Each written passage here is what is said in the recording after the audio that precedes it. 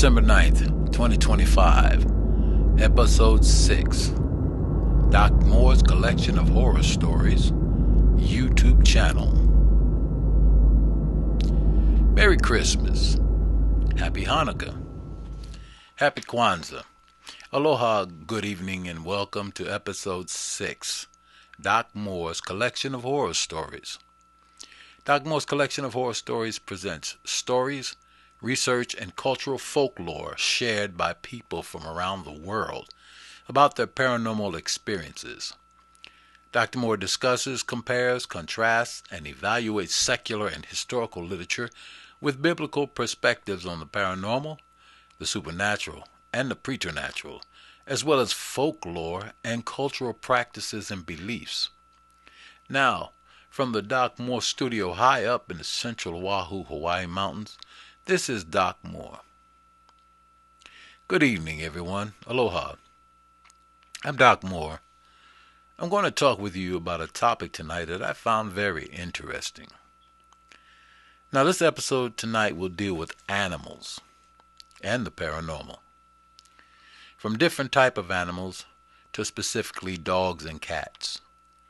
And then I'll tell you a story I'm writing. I'm working on a story about a particular animal who had a psychic bond with a human being. So first I want to start with the animals in the Bible that describe supernatural behaviors and encounters. These animals carry a different type of spiritual meaning because they are representative of the interactions between man and God. Let's start with lions. Lions, for instance, Daniel, chapter 6, verses 22 to 23, Daniel, chapter 6, verse 16, and Daniel, chapter 6, verse 24. For instance, when the prophet Daniel was in the lion's den, God sent angels to keep their mouths shut so they couldn't and wouldn't bite Daniel. But when Daniel was taken out of the lion's den, the angels released the mouths of the lions, and the people that were thrown in the lion's den were immediately devoured. Now, how could this be? Well, according to the Bible, angels protected Daniel by controlling the lions' muzzles. This is paranormal. Lions are aggressive predators. And yet we are told that angels muzzled lions to protect Daniel from harm. Angels are supernatural beings that protected Daniel. Again, this is in Daniel, chapter 6, verse 22 to 23. Chapter 6, verse 16. And chapter 6, verse 24, Daniel. What about a snake? Now we look at Genesis, chapter 3, verse 1, and Numbers, chapter 21, verse 6. What about a snake? In the Bible, the snake are considered cunning and a tempter. In Genesis 3:13, the snake caused Adam and Eve to disobey God. The snake spoke to Eve. Now, how can a snake talk? That is paranormal action by an animal, especially a snake, because a snake does not have vocal cords. Now, on the other hand, the snake in Numbers 21:9 was crafted by Moses based upon God's direction to protect people from deadly snake bites. So here's the snake having supernatural power, ability to talk. God also transformed Moses' staff into a snake, and this is in Exodus 4, verse 2, and Exodus 7, verses 10 to 12. Now here's another animal that piqued my interest. This is about a donkey. In Numbers 22:21 to 35, Balaam was told by a talking donkey about an angel standing in the road ready to kill Balaam. The donkey was given the power of speech. Again, another supernatural process that is not normal for this or any other animal such as the donkey. Again, this is a supernatural event, and we're talking about the paranormal in the Bible, the supernatural events based on animals. Let's go to Leviticus chapter 16, verse 8. The word scapegoat. God directed Aaron to choose a goat. Now he lays his hand, Aaron does, on the goat and puts the sin of the Hebrews onto the goat. The goat is sent out to the wilderness. This is God transferring sins from the Hebrews to an animal, a supernatural act. This is a paranormal act. But this is also where the term the scapegoat is derived. Again, Leviticus chapter 16, verse 8, and all of this paranormal actions. Now we're going to stay on the paranormal and the goat. Matthew 25, verse 32 to 33. Goats and lambs are both used as symbols of the righteous and the condemned. The goats are the ones that are going to hell. The lambs are the ones going to heaven. Because the lambs are on the right, the goats are on the left.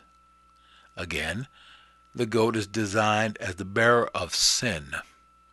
It is a supernatural act assigned by God and placed on the animal, the scapegoat, as a metaphor for sinful people versus those who follow God's laws and subsequent judgment. Let's go further into the Bible, relationship between animals and the paranormal. In 2 Kings, chapter 22, verse 23 to 24, the prophet Elisha was being harassed, bullied by a group of boys, a large group of boys. They called him Baldy. But Elisha, in the name of God, Yahweh, cursed the boys. And according to the Bible, 2 she-bears came and killed 42 boys. This is the prophet of God using supernatural abilities and power to destroy human beings. The instruments of destruction were bears, animals, as described in the Bible, 2 she-bears. So these are some of the stories in the Bible that talk about animals and the supernatural, the relationship with God, their use by God to bring judgment on human beings or to protect human beings. And it's all paranormal. These are the things that surround them, the situations, the actions they're called upon to engage in, these animals. And I found this very fascinating because of this next topic that I'm going to discuss. And this deals with the supernatural with our own household pets, dogs and cats. Now let me pose this question to you, the audience. Can cats and dogs, can they see ghosts? According to the scientific community, no. According to some of the research that I have been doing, going through and reviewing, there is no indication, there's no scientific evidence that says dogs and cats can see ghosts. Scientists say they follow objects that we can't see or hear, and that's because of their extra strong hearing and ability to see and their smelling capabilities. For example, a dog has a sense of smell that's 1,000 times better than a human being. This is according to the American Kennel Society. And again, cats have rods in their eyes that let them see way better in the dark, perceiving little light and yet being able to see. Now, on the other hand, culturally, people believe yes, animals can see and interact with the supernatural. You know, the ancient Aztecs believed dogs could see ghosts. Egyptians believed cats were connected to both the living and the dead world. A lot of pet owners, people I know personally, they believe dogs and cats can see ghosts. So although scientific support is not prevalent, there are cultural beliefs that dogs and cats may have psychic ability. They can see in other dimensions. Some people culturally around the world believe that animals, particularly dogs and cats, have a sixth sense. A sixth sense. An ability to see into the other side of the veil. What do you think? You think dogs and cats can see ghosts? I posed this question in an informal survey. And this is the responses I've got. This is a few of the responses. I won't go into a lot, but there's a few. A lady wrote to me and said, yes, I think dogs and cats can see ghosts. She said she believes they can see ghosts because of what happened when she was having a person do a spiritual cleansing of her home. The person doing the spiritual cleansing and all the people present noticed her dog howling and barking at a door. The person doing the cleansing told her to keep the windows and doors open. She said her family got chicken skin, goosebumps, hair standing on their head. The person who was doing the cleansing said let the dog bark because the dog was telling her, the spirits are leaving your home. So this woman says she does believe the cats and dogs are aware of the supernatural and they are super sensitive. Oh, and by the way, I'm not going to tell you names or addresses or locations of those people because they wanted to respond anonymously, so we got that. Now here's another response. A guy told me the other day that the day and hour that his father died at the Veterans Hospital, his father's dog laid down and died in their home, right next to the bed where his father usually laid. Here's another response. And another lady says she believes that dogs and cats can see ghosts. She said that she thinks a ghost is in her house, maybe in one of the rooms. And this is because she believes that one of the spirits that lived in the house was attached to that home and to the living space. The dog always acted as if the dog saw someone in an empty room. Now that's some of the responses I've gotten from asking this question. Can dogs, can animals, can cats, can they see ghosts? What do you think? Let me know what you think. Send your response to docmorecollectionhorror@hotmail.com. Now, I want to go to something dear to me, and it's about a dog. You know, I used to sit on the back porch in my house in Detroit when I was growing up. My brothers, and we were always told, sitting around a campfire with my grandma in the yard, if you want to see a ghost, look between the ears of your dog on a moonlit night. My grandmama was from Louisiana, and you know how they believed in the haunts and the voodoo and, you know, all the spirits. And she would tell us, if you want to see a ghost, look between the ears of your dog on a moonlit night. You will see what the dog sees. You will see ghosts and spirits. So I wrote a story about what my grandmother said about using a dog's ears to see ghosts. And this story will be in my next book, Doc Moore's Collection of Horror Stories, Volume 2. But this story is about a psychic bond between a man and a dog. You see, the guy was a dog handler in the U.S. Army and served in Iraq and Afghanistan. And after his military service, he was allowed to take his dog with him. They bonded so much. So he became his canine partner even in the police department where he worked after he left the military. And again, they had a bond. The dog's name was Talon, and the officer's name was Officer Bird. Officer Bird and Talon worked the night shift because Bird couldn't sleep well at night, so he elected to be a night shift, night tour duty guy. But this following case that I'm writing about, Officer Bird was paired with another person. He didn't usually work with partners, something in his past, but he finally was assigned a policewoman as his partner. So this is a supernatural tale about Officer Bird, his dog Talon, and Officer Frank. Officer Bird and Frank are assigned to a case where children are being harmed. Included in this briefing by the chief of police and the mayor was a minister and a Dr. Pratt. Dr. Pratt was a paranormal investigator. They were all brought in due to requests by a former orphanage director who was recently killed in the orphanage. The orphanage is on the edge of town.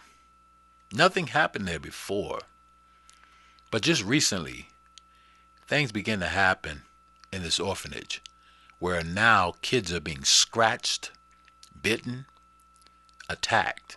Something is attacking them. The police that were called out, they went to check and find out what's going on, but they didn't see anything, couldn't hear anything, didn't know anything, so they just left. Now, recently something has just turned.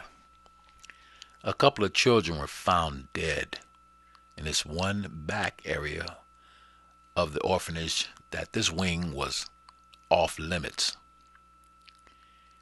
The former director called the police and said that he was going to investigate, that he needed cops out there as soon as possible. He was murdered, and his body was found in that same wing that was placed off limits. So Dr. Pratt was called in to do some background to this place. And here's Dr. Pratt's report. The building was built on a site where there was a bunch of men who were killed in a fight in a bar room. It seems that they were fighting over a woman and money. The fight was massive, multiple men involved, weapons drawn, and this fight resulted in all men involved ended up dying right there in that bar room on the floor, killing floor, the same place. Dr. Pratt assisted the police with the history behind the orphanage, gathering research as much as possible that revealed one of the persons that was at this fight was not killed. It was a woman. Legend had, according to Dr. Pratt, legend had this woman was a sorceress. And Dr. Pratt discovered that whenever a woman appeared, wherever she went in that town, she caused a lot of things, bad things to happen. And where she lived in that town, that's also where men, women, and children were found dead or dying. The townspeople were aware of the woman and all the deaths going on around her. So they got that woman and they burned her at the stake. But as she lay dying, she laid a curse on the town.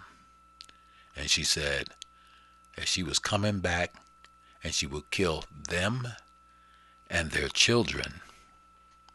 She said, "I'll be back." Now the minister who attended this meeting said he believed there was something to the story because he was looking at town records and at statements of people in the past that said that this orphanage, where it's located now, was cursed. The ground had been cursed, and the woman's threat had actually been happening over the centuries. The minister pulled out some documents detailing funerals and deaths. They showed that a number of people over the years had been attacked, killed, and the church buried them. The police looked at each other and said, "How is this possible? How could this be going on?" But the minister said nobody knew about the history of the orphanage deaths that were happening randomly, but in the same place. The orphanage was built right over this former bar, Dr. Pratt said.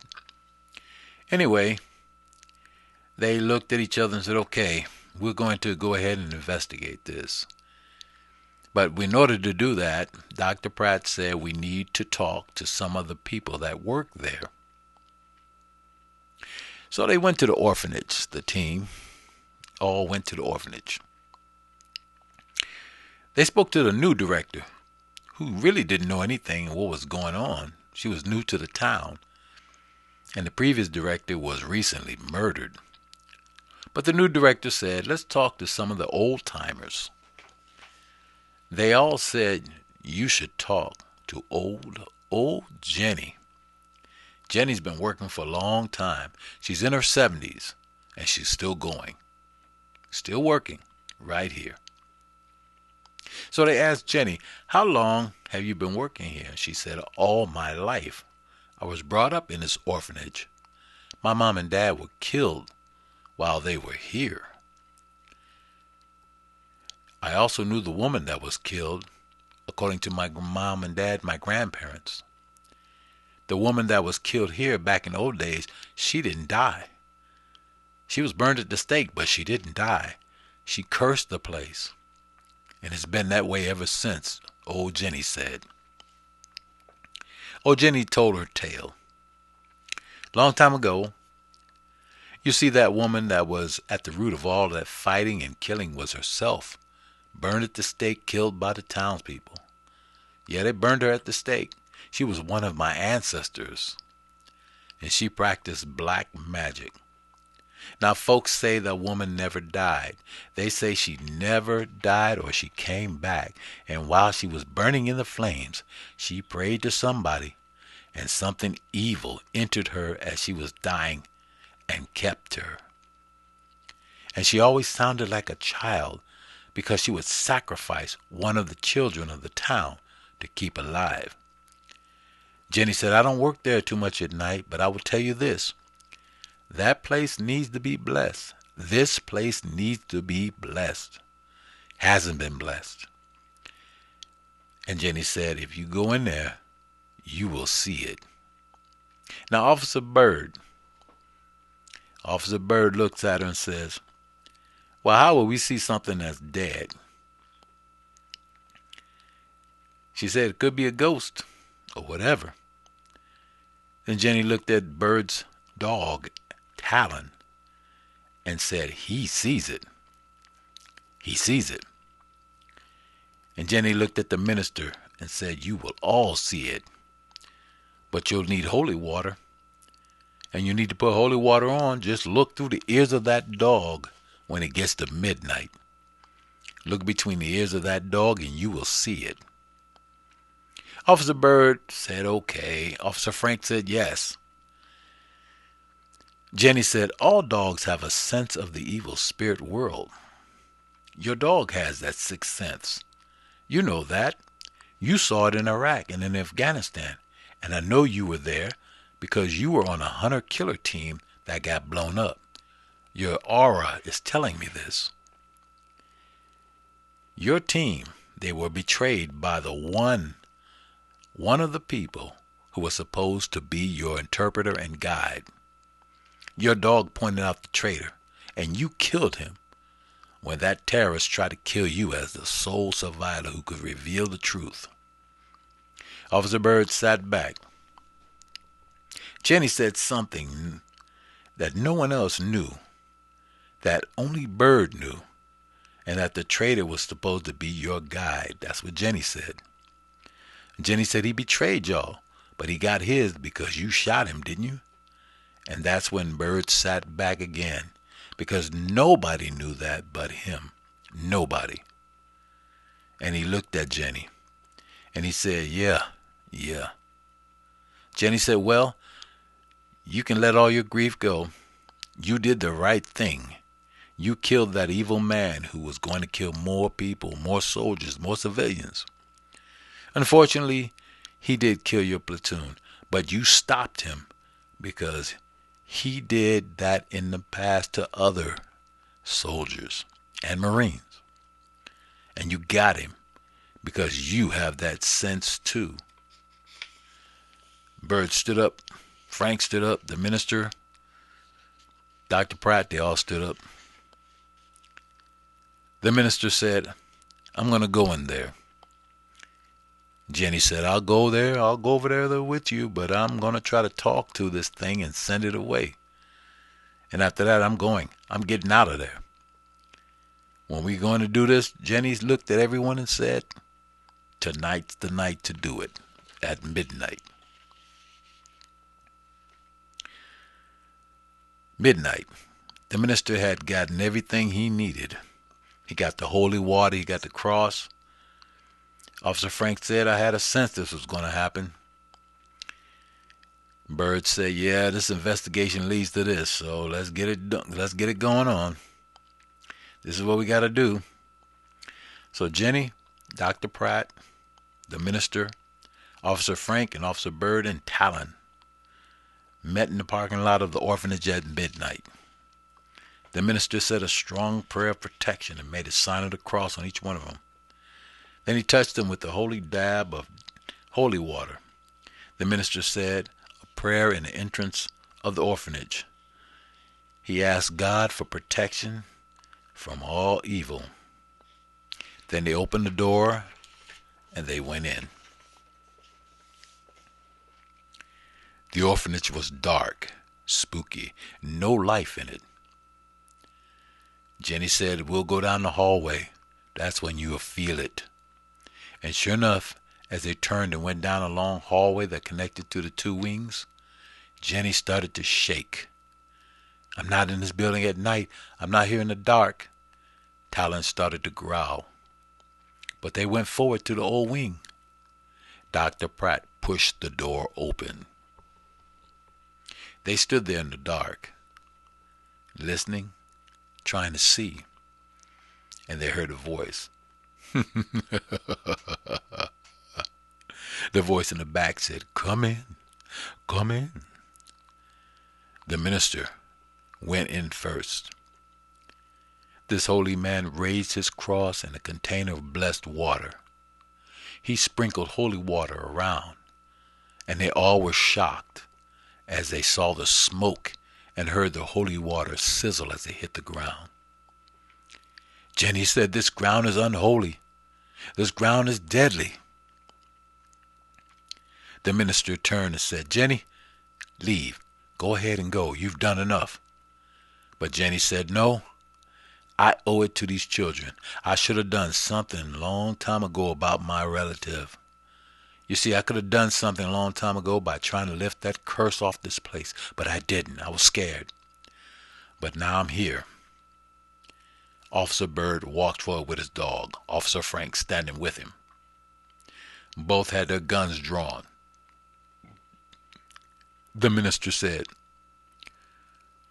in the voice to the darkness, who's in here?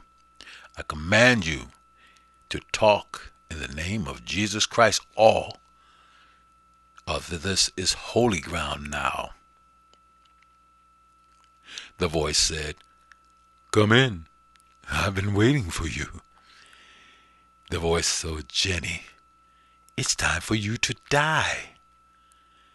Jenny, Byrd, Frank, Dr. Pratt, Minister, you'll all die slowly. Minister, I think I'll save you for last, and your screams of mercy will fall on deaf ears. The minister said, who are you? Why are you here? The voice replied, I'm here to kill you. I was killed here. I was killed here, but I still exist to destroy you. I was sent by my master to make all of you pay. You will pay with your lives. And I'll continue to destroy these children. They're so good. Can't stand it. They must be destroyed. But come on back. Come on back. Come meet me. And find your place among the dead here. The minister said to Bird and Frank, be careful. Talon, Officer Bird's dog, K9 warrior, was growling and pulling against his leash, trying to go forward into the darkness. Jenny said, remember, he sees. You got to look between his ears to see. Bird pulled Talon back to him and knelt down. The minister poured holy water over Talon's head. The minister rubbed holy water over Officer Bird's hands and rubbed holy water over Officer Bird's eyes. Bird looked between Talon's ears. Bird looked deep into the darkness between Talon's ears. And at first he couldn't make out what he was seeing. Then he saw something coming toward him in a jerking manner, slowly toward him, a huge shadow. It looked like a large, extra, very large person, a woman. But this woman had claws and fangs. And he heard her singing in a child's voice. And Jenny said, oh, that's some of the children. She's using their voices. And then Jenny held up her bag and started to chant and say stuff in a language no one knew. The minister looked at Jenny. Jenny started to transform. Her eyes rolled back in her head. She held up her bag and she started speaking. The evil creature woman stopped. And it started to moan. And it said, oh, no, no, no. The minister raised his cross and said to the oncoming monster that Jesus Christ protects us. Saint Michael protect us in the hour of danger with your love and your white light of love and protection. Jesus protect us with your love. The minister shouted at the evil spirit woman, you are no longer wanted on this earth. You are not allowed to be here. No more staying on this earth. You will go to hell. Go to hell where you belong. Meanwhile, Dr. Pratt was taking pictures, but he inadvertently was moving too close. The thing reached up and snatched his camera and pushed him to the ground. The police officer started shooting the entity. The minister reached down and put holy water on the dog's mouth. The minister shouted to Officer Bird, let the dog loose, now. Bird gave the first command to Talon, Star. This alerted Talon. Talon jerked hard at the thing that was attacking the minister and Dr. Pratt. Officer Bird unclipped Talon's leash and yelled the second part of the command, Bear. Talon leaped on the evil entity. Every time Talon bit the entity, sparks, fire, and flashes of lightning like electricity lit up the evil spirit, creature woman. The minister splashed holy water on the entity, and it was screaming, and the dog was biting it. The minister rubbed holy water on the police officer's hands, and they rushed and grabbed the thing while it was fighting the dog. And they all put up a fight, all three of them against the evil spirit. But that evil spirit woman was strong. She was putting up a fight and was throwing them around. The entity bit and scratched them, and scratched Talon, who howled with each strike, but Talon kept attacking. The minister, Dr. Pratt, and Jenny slowly, quietly advanced on the entity while it was fighting with the police and the dog. Jenny put her bag on that thing, and it fell to the ground, shaking and screaming in pain. The minister took his cross and placed it on the evil creature. Dr. Pratt and the minister yelled at the creature, telling it to go, leave this earth, go back to hell now. The earth broke open. The evil thing fell into the pit, screaming, because other creatures were pulling it down. And as it was going into the pit, the souls of the children, the men and the women, and all the people it killed left that unholy place. Talon sat back on his haunch and started to pant. All of them had cuts from where the evil spirit woman scratched them. Officer Bird said everything looked okay now. Officer Frank turned and moaned. Jenny was on the ground. The minister knelt by her and put his hand on her. Dr. Pratt checked for a pulse. He looked at the group and informed them that Jenny was gone. The minister made a sign of the cross and said a prayer for her soul. Jenny suddenly sat up, reached up, and forcefully grabbed the minister and yelled in his face, "My bag holds her ashes and the earth she was burned in. She's going back to ash and dirt. Now destroy this building. It will come back. Destroy the building. Destroy it. Salt the ground, like in the Bible. Salt it. When you spread salt all over the earth, nothing comes back. Nothing. Heed my words." Then Jenny breathed for the last time, and they watched as her soul left her body in a white mist and floated toward heaven. The group met the police chief, the mayor, and the orphanage director. They told the chief what happened. They finished by telling the leaders what Jenny said with her dying breath. The chief said, "This is not going to go out to the papers, so we're not going to panic people." The mayor said, "We aren't going to talk about this with the media or the public, but we will do what she said." That same day, bulldozers, wrecking crews, demolition crews showed up and flattened that wing of the orphanage, and then they flattened the entire building, both sides of the orphanage. They totally demolished them. They pulled away all of the building and all the rubble. And then 5 trucks fully loaded with salt spread salt over the entire area, starting from one area and going across back and forth. They spread salt over a whole mile. They covered completely the demolished wing of the orphanage, the other orphanage, and everything around it, north, south, east, and west, until the whole area was covered in salt. The minister said prayers to the east, the west, the north, and the south. Later on, life returned to normal. Officers Frank and Bird worked together so much that they became husband and wife, got married, and left the police force. Talon lived a long, long life as a working canine dog. But Talon still suffered from his wounds from fighting that evil creature and passed away. Franks and Bird got 5 new German Shepherd puppies all at one time from Talon's lineage.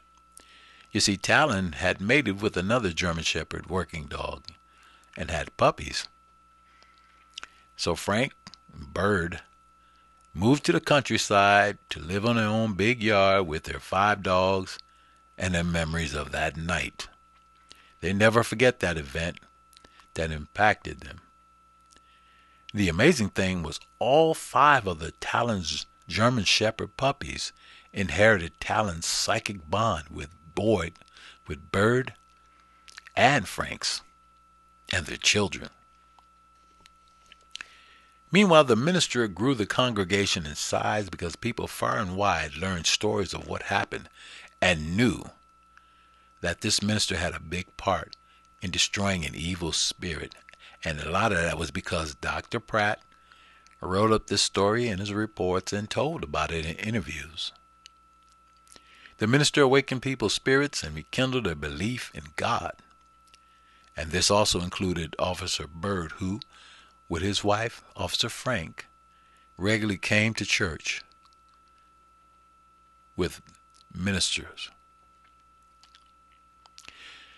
That was a good story. I dug up a lot of research about dogs and cats, and how they can see things and the psychic bond they usually have with people, the handlers in combat. And I can talk about that more in different stories about my books when I talk about combat and soldiers and Marines in action, military in action.